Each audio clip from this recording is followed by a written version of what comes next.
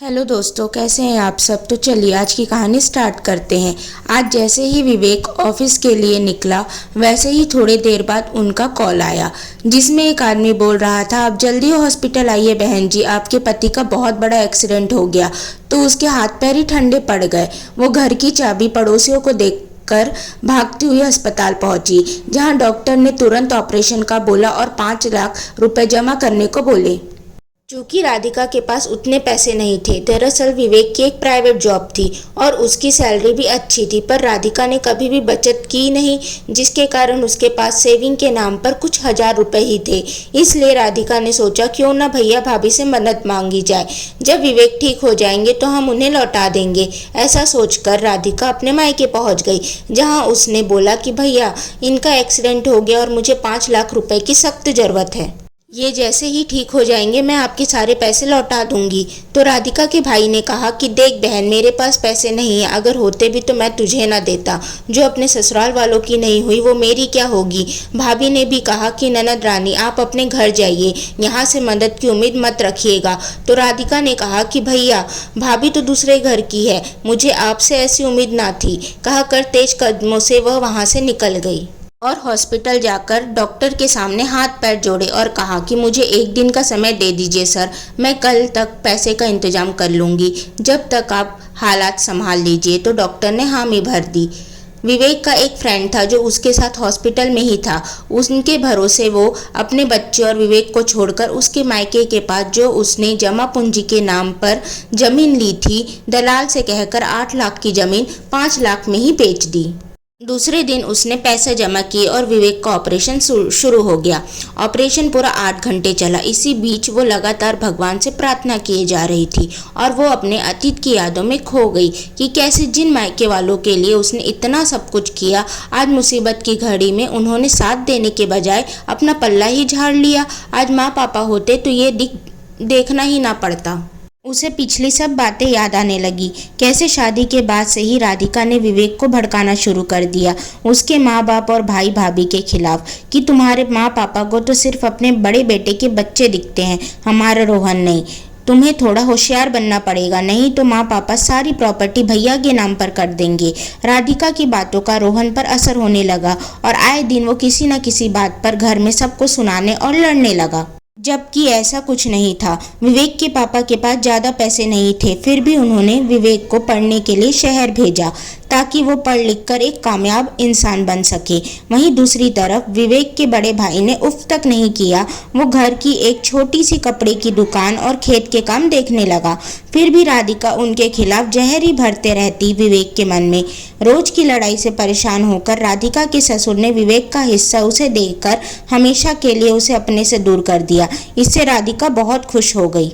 अपने हिस्से के पैसों से राधिका ने दिल्ली में एक 2 BHK का फ्लैट ले लिया और अपने लिए 4-5 जेवर बना लिए। चूँकि विवेक मल्टीनेशनल कंपनी में जॉब करता था और उसकी सैलरी भी अच्छी थी, तो वो अक्सर अपने भाई भाभी और भतीजों को अपने घर बुलाती। जितने दिन वो रहते उनके लिए बाहर से खाना आता। विवेक भी ऑफिस से छुट्टी लेकर उन्हें महंगे होटल में ले जाता, दिल्ली घुमाता, मूवीज, शॉपिंग, महंगे गिफ्ट सब। दोनों पति पत्नी पानी की तरह पैसे बहाते उन पर। ये सब सोचते सोचते राधिका की आंखें भर आई। तभी डॉक्टर की आवाज़ उसके कानों में पड़ी कि आपके पति का ऑपरेशन सक्सेसफुल रहा, उन्हें कल तक होश आ जाएगा। ये सुनकर राधिका ने भगवान का शुक्रिया अदा किया। दूसरे दिन जैसे ही विवेक ने अपनी आंखें खोली, राधिका को सामने देखा। फिर वो जोर जोर से दर्द से कराहने लगा, तो नर्स को बुलाकर जब उसने विवेक को बेहोशी की इंजेक्शन लगाया, तब वह चैन की नींद सो गया। फिर उसने विवेक की सिचुएशन के बारे में जब डॉक्टर से बात किया, तो डॉक्टर ने कहा कि उसे अपने पैरों में खड़े होने में 6 महीने और लगेंगे। तब तक आपको उसको फुल बेड रेस्ट कराना होगा और अभी जो मेडिसिन आएगी वो भी महंगी ही होगी, तो आप सब चीज़ों का अच्छे से अरेंजमेंट कर लीजिए।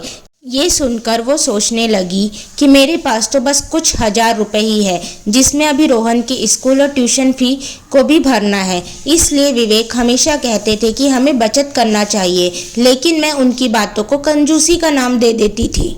वो सब सोचने लगी, तभी उसने अपने गहनों को बेचने का सोचा और निकल पड़ी घर की तरफ। जहां घर से वह गहने लेकर सीधे ज्वेलर्स की शॉप में पहुंची, जहां उसके गहनों के 2 लाख रुपए हुए। पैसे लेकर वह जैसे ही शॉप के कुछ दूर पहुंची, पीछे से आती बाइक उसका पर्स छीनकर भाग गई। राधिका की आवाज़ सुनकर कुछ लोग बाइक के पीछे भागे, पर वे उसको पकड़ ना सके।